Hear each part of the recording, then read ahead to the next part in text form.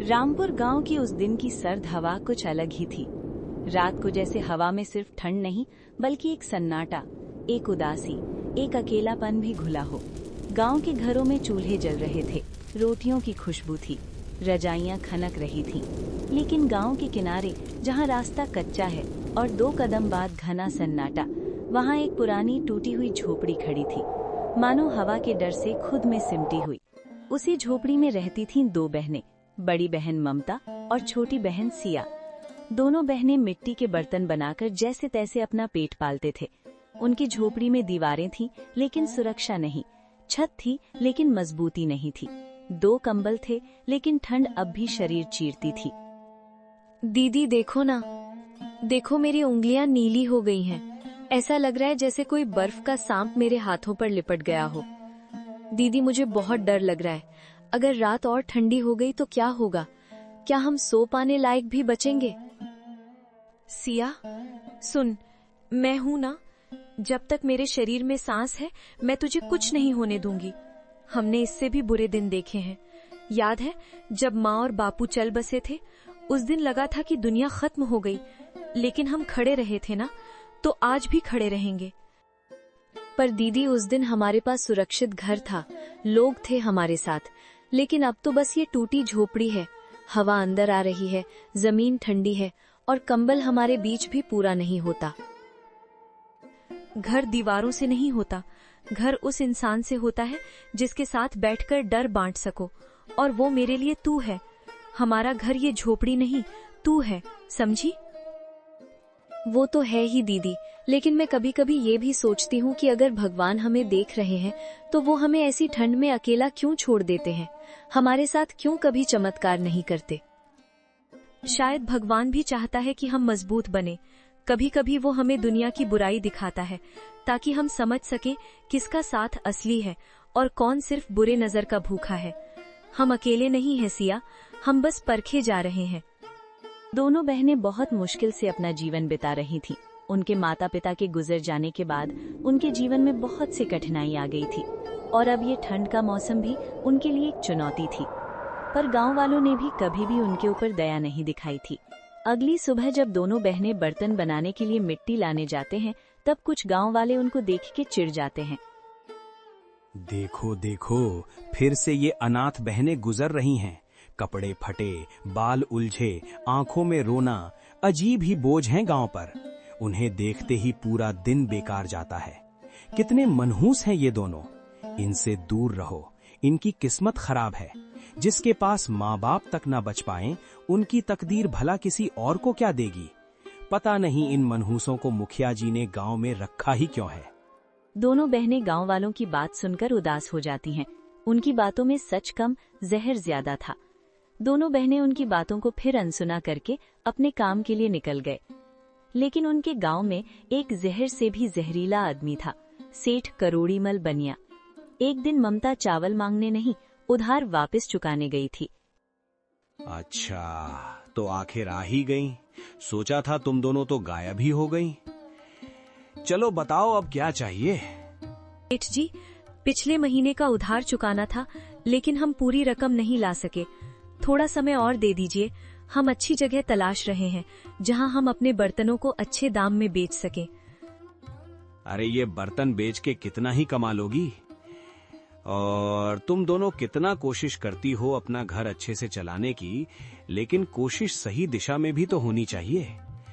तुम चाहो तो मेरे घर आ सकती हो, काम भी मिलेगा और रात की ठंड भी नहीं लगेगी। सेठ जी, काम दिन में होता है, क्या बोलना चाहते हो? समझदार लड़की हो, सब समझती हो। जिंदगी में बचने के लिए कभी कभी लोगों से तालमेल रखना पड़ता है, वरना लोग कुचल देते हैं। और वैसे भी तुम दोनों को तो गांव के कई लोग देखना भी पसंद नहीं करते हैं। एक मैं ही हूं जो तुम दोनों का मोल जानता हूं। ममता ने बात नहीं बढ़ाई। ममता समझ गई सेठ क्या बोलने की कोशिश कर रहा था। ममता को अंदर ही अंदर बहुत गुस्सा आया, लेकिन वो चुप रही और वहां से निकल आई। अब रात गहराती गई, ठंड और तेज हो गई। हवा झोपड़ी को हिला रही थी और इसी बीच दरवाजे पर थक आवाज हुई। ममता बाहर आई तो देखा कि गांव का एक व्यक्ति किशन आया हुआ था। किशन भैया, आप यहाँ इतनी रात को? हाँ तो अब और क्या करूं, आने को मजबूर जो कर दिया तुम लोगों ने। अरे मुझे गांव के लोगों ने बोला था कि ये दोनों बहनें किसी काम के नहीं हैं, फिर भी पता नहीं क्यों मैंने किसी की बात नहीं सुनी और तुम दोनों से काम करवाया। किशन की आवाज सुनकर सिया भी बाहर आ जाती है। किशन भैया, आप इतना नाराज क्यों हो रहे हैं? हम आपका ही काम कर रहे थे। आपको मिल जाएंगे आपके मटके, हमें बस और कुछ दिन दीजिए। हाँ भैया, आपने हमसे मटका खरीदने को सोचा, ये हमारे लिए खुशी की बात है। लेकिन मटके इतनी जल्दी कैसे बनेंगे? दिन में ज्यादा धूप नहीं निकल रही है। इन दिनों तो मटके हम बना भी लेंगे तो सूख नहीं पा रहे, इसलिए देर हो रही है। अरे मैंने पहले ही बता दिया था तुमको कि मुझे 1 हफ्ते में चाहिए, लेकिन अब 10 दिन होने को है। अरे मेरे समय का भी तो कोई महत्व है। मुझे मेरे मालिक ने बोला था कि मटका 1 हफ्ते में चाहिए, लेकिन तुम लोगों की वजह से मुझे गाली सुननी पड़ रहा है। तुम लोग दिन रात काम करो और मुझे मेरे मटके दे दो, नहीं तो पैसे नहीं मिलेंगे। भैया, आप इतना कठोरता क्यों दिखा रहे हैं? हम कर तो रहे हैं, हमसे जितना बन पड़ता है। हम रात को चाहकर भी काम नहीं कर पाते, हमें ठंड लगती है। हमारे पास पहनने को गर्म कपड़े भी नहीं हैं, बस 2 फटी हुई कंबलें हैं। आप हम पर एहसान कीजिए, हम जल्दी जल्दी बना देंगे मटके, आप पैसे मत काटिए। सुनो ममता, मेरे सामने भावुक होने की जरूरत नहीं है। मैं भी कर्मबद्ध हूँ, मुझे भी मेरे मालिक को जवाब देना होता है। वे मुझ पर बहुत विश्वास करते हैं। मैं अब इसमें कुछ नहीं कर सकता। मटका कल देना है तो दो, नहीं तो मुझे मजबूरन दूसरे गांव से बनवाना होगा। ऐसा मत कीजिए भैया, आप हम पर दया कीजिए। हमने पहले ही कुछ मटके बना ली हैं और मटके बनाने के लिए मिट्टी भी तैयार किया है। आप बस कुछ दिन दे दीजिए। नहीं नहीं, मैं ये सब कुछ नहीं जानता और अब इसके बारे में बहस भी नहीं करनी है मुझे। कल तक पूरे 30 के 30 मटके मिल जानी चाहिए। दीदी, अब क्या होगा? हमने तो बस कुछ ही मटके बनाए हैं। कल किशन भैया को पूरे 30 मटके देने होंगे, नहीं तो वो हमें पैसे नहीं देंगे और इतने दिनों के मेहनत और समय बर्बाद हो जाएगा। वैसे ही हमारे पास बहुत से उधारी है। मैं समझ रही हूँ बहन, लेकिन अब चिंता नहीं, काम करना होगा। आजकल कोई किसी की परेशानी नहीं देखता, सबको अपना फायदा चाहिए। और वैसे भी गांव के ज्यादातर लोग तो हमें मनहूस ही मानते हैं। पता नहीं दीदी, हमारी किस्मत खराब है या हमारी भगवान द्वारा परीक्षा ली जा रही है। ये सब छोड़ बहन, आज पूरी रात काम करना होगा ताकि कल सुबह किशन भैया को पूरे 30 मटके दे सकें। तू मेरी थोड़ी सी मदद करके सो जाना, तुझे रात तक मेहनत करने की जरूरत नहीं, मैं सब संभाल लूंगी। नहीं दीदी, मैं भी आपके साथ रात भर काम करने के लिए तैयार हूँ, लेकिन दीदी मटके कल तक सूखेंगे कैसे? ये तो नामुमकिन है दीदी।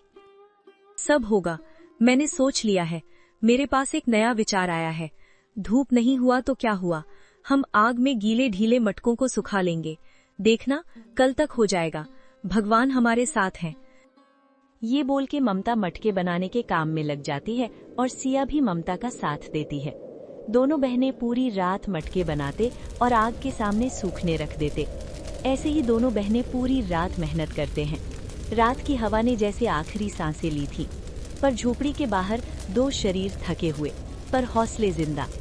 दोनों बहनों ने रात भर काम किया था, बिना नींद के, बिना आराम के, सिर्फ मिट्टी और उम्मीद के बीच टिके रहे। मटके एक के बाद एक तैयार हुए। कुछ पर दरारें थीं, कुछ थोड़े अधूरे थे, पर सब काम पूरा हुआ।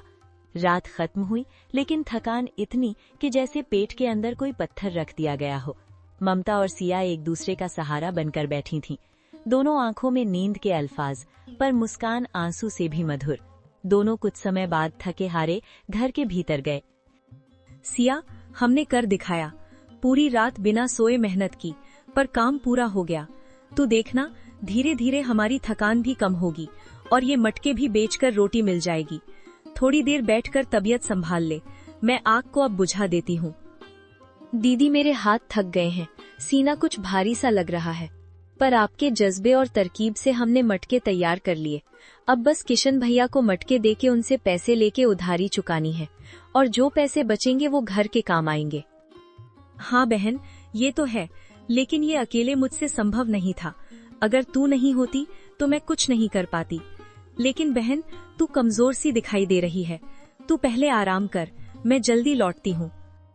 अपनी दीदी के कहने से सिया थोड़ा चारपाई पर लेट गई और उसने आंखें बंद कर ली, पर नींद नहीं आई। उसका चेहरा पीलापन लिए था।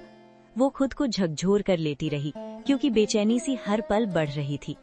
सूरज की किरणें अब तेज हो चुकी थीं, पर दोनों बहनों के अंदर सर्दी अभी भी ज्यों की त्यों थी। ठंडी हवा जैसे सिया की हड्डियों में उतरती जा रही थी। ममता ने सारे मटके एक जगह रखे और किशन का इंतजार किया। कुछ समय बाद किशन एक आदमी को लेकर आया और सारे मटके एक ठेले में रखवाए और ममता को पैसे दे दिए। ममता, मैं अभी ये ले जा रहा हूँ, लेकिन अगर मटके ढीले लगे तो मुझे मालिक से डांट पड़ सकता है, तो इसलिए मैं पहले ही बोल रहा हूँ, अगर कुछ गड़बड़ हुआ तो पैसे वापस करना होगा।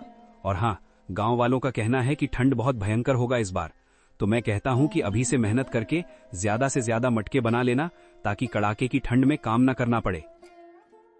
किशन भैया, मटके हमने बहुत अच्छी मिट्टी से बनाई है और बहुत समय लगाकर हमने मटकों को अच्छे से सुखाकर मजबूती दे दी है, तो आप परेशान मत होइए। और धन्यवाद, आपने हमसे मटके खरीदे और हमारे बारे में सोचने के लिए। मैं भी सोच रही थी ज्यादा ठंडी आने से पहले ज्यादा से ज्यादा मटके बना लूं। अगर आपको और कभी मटके चाहिए तो आप जरूर से बोलना भैया। ममता की बात सुनकर किशन सारे मटके ठेले में ले चला गया और ममता घर के भीतर जाकर देखती है कि सिया की सांसें अब अनियमित होती जा रही थीं। बहन, तेरी तबीयत तो और भी बिगड़ रही है। कल रात के ठंड के वजह से तुझे सर्दी लग गई है। रात भर खुले आसमान के नीचे थे हम, शायद इसीलिए ये हुआ है। मैं जाके वैद्य जी से तेरे लिए दवाई ले आती हूँ। नहीं दीदी, मैं ठीक हूँ, मुझे दवाई की जरूरत नहीं है। दवाई में बेकार पैसे खर्च करने की कोई जरूरत नहीं है। मैं 1-2 दिन में ठीक हो जाऊंगी। लेकिन दिन बीतते ही शाम को सिया की ठंड और बढ़ती गई। उसके होंठ नीले पड़ने लगे, चेहरा अगल बगल टेढ़ा सा हो गया। ममता ने तुरंत उसकी माथे पर हाथ रखा, बुखार की गर्मी को ठंडा करने की कोशिश करते हुए। सिया, बोलो कुछ, मेरी आंखों में देखो। क्या तुझे तेज बुखार है? बताओ, क्या तुझे दर्द हो रहा है? दीदी, सिर में आग सी जल रही है, लेकिन शरीर में ठंड और ज्यादा लगती है। मुझे बहुत ठंड लग रही है। मेरे दांत कट कट कर रहे हैं और शरीर बहुत दर्द कर रही है। ममता की आंखों से आंसू छलक आए, पर उसने हिम्मत नहीं हारी। वे लोग कम उम्र के और ज्यादा पढ़ी लिखी नहीं थीं, तो इसीलिए उनको बुखार को कम करने के लिए क्या क्या करना होता है वे नहीं जानते थे। ठीक है, मैं ठीक कर दूंगी। तू यहाँ बैठ, मैं पानी गर्म करके लाती हूँ, थोड़ा मालिश कर दूंगी और फिर मैं वैद्य जी को बुला लाऊंगी। ममता ने लकड़ी जलाकर पानी गर्म किया और उसको गर्म पानी से मालिश दी, पर गर्म पानी से भी सिया की ठंड कम नहीं हुई। उसका शरीर कांप रहा था और हर सांस कठिनाई से आ रही थी। ममता ने सिया का तापमान उसके माथे पर मापा। माथे पर पसीना और बुखार का संकेत साफ था। सिया, तू मेरी बहन है और मैं तुझे किसी भी हालत में तकलीफ होने नहीं दूंगी, और मैं अभी वैद्य जी के घर जाकर उनको ले आती हूँ। तू बस थोड़ा सब्र रखना, और अगर वैद्य जी घर में ना भी मिले तो मैं किसी से मदद मांगकर भी दवा लाऊंगी। कोई भी कीमत चुकानी पड़े मैं चुकाऊंगी। ये बोल के ममता जल्दी जल्दी रात को ही बिना ठंड की परवाह किए वैद्य के घर उनको बुलाने जाती है। ममता की किस्मत अच्छी थी कि वैद्य जी घर पर ही थे, और जब कुछ समय बाद वैद्य जी को ममता अपने साथ ले जा रही होती है, तब गांव के कुछ बिगड़ैल युवक उनसे गलत व्यवहार करते हैं। ओहो, देखो तो ये सब क्या हो रहा है हमारे गांव में। लोग अब अपना घर चलाने के लिए अपने पिता की उम्र के लोगों से रिश्ता रखने लगे हैं। हाँ भाई, सही बोल रहे हो। अगर हमें भी ऐसा अवसर मिले तो हम भी चाह रखेंगे। हम भी तो रोजगार वाले लड़के हैं, पता नहीं हमें कब मिलेगा ऐसा अवसर। अरे ओ रोजगार वाले पुरुषों, तुम लोगों को शर्म नहीं आती है क्या? किसी की मजबूरी ना समझ के किसी पर गलत इल्जाम लगाते हुए। अगर मेरी जगह तुम्हारी बहन होती और वो भी मुश्किल हालत में होती तो क्या उसे ऐसे ही बोलते? क्या यही सिखाया है तुम्हारे घर वालों ने? ममता की ऐसी बातें सुनकर दोनों युवक शर्म के मारे चुप हो गए और ममता और वैद्य फिर से घर की ओर निकले। समय बाद जब वैद्य और ममता घर पहुंचे, तब सिया की हालत बुखार के चलते बहुत खराब हो गई थी। वैद्य जी ने तुरंत सिया को देखा और उसे कुछ दवाई पिला दी और कुछ दवाई आगे के लिए दे दी। बेटी ममता, तू अब चिंता मत कर, तेरी बहन अब जल्दी ठीक हो जाएगी। बस उसे ज्यादा ठंडी लगने मत देना और कुछ दिन तक गर्म पानी ही पिलाना। आपका बहुत बहुत शुक्रिया वैद्य जी। अगर आज आप नहीं होते तो क्या होता। आपने आज बहुत बड़ा उपकार किया है मुझ पे। आप बताएं आपका कितने पैसे हुए। अरे नहीं बेटी, मैं तुमसे पैसे नहीं ले सकता। मुझे पाप की भागीदारी मत बनाओ। तुम दोनों बड़े मुश्किल से तो अपना पेट पाल रहे हो, तो मुझे पैसे देने की कोई जरूरत नहीं है। तुम दोनों गांव की बेटियां हो तो मेरी भी बेटी जैसे ही हो। और हाँ, आज मुझे तुम्हारी साहस देख के बहुत अच्छा लगा। कैसे तुमने आज उन बिगड़ैल युवकों को सबक सिखाया। वे लोग हैं ही उस काबिल। तुम बहुत साहसी हो और ऐसे ही साहस से अपने और अपने बहन का साथ बनाए रखना। आपका बहुत बहुत धन्यवाद वैद्य जी। आप जैसे लोगों की वजह से ही तो इस गांव में रहने में अच्छा लगता है, नहीं तो हमें तो बहुत से लोग देखना भी पसंद नहीं करते। चलिए वैद्य जी, मैं आपको आगे छोड़कर आती हूँ। वैद्य वहाँ से चला जाता है और ममता सिया को अपना कंबल भी उड़ा देती है और रसोई में खाना बनाने के लिए जाती है। कुछ समय बाद ममता सिया के लिए खाना लाती है। दीदी, तुमने मेरी जान बचाई। मैं डर गई थी। पता नहीं अचानक से क्यों इतना तबीयत खराब हो गई थी। मेरा तो जैसे शरीर टूटने को दौड़ रही थी। धत पगली, बुखार से भला किसी की जान जाती है क्या? तू बेकार में ही डरती है। अब तू ठीक हो जाएगी। बस थोड़ा शांत रहे और खा पी ले। ठीक है दीदी, लेकिन ये बताओ कि दवाइयों में पैसे कितने गए और किराने के दुकान के उधारी चुकाने लायक पैसे बचे या नहीं दीदी? तू ये सब चिंता मत कर।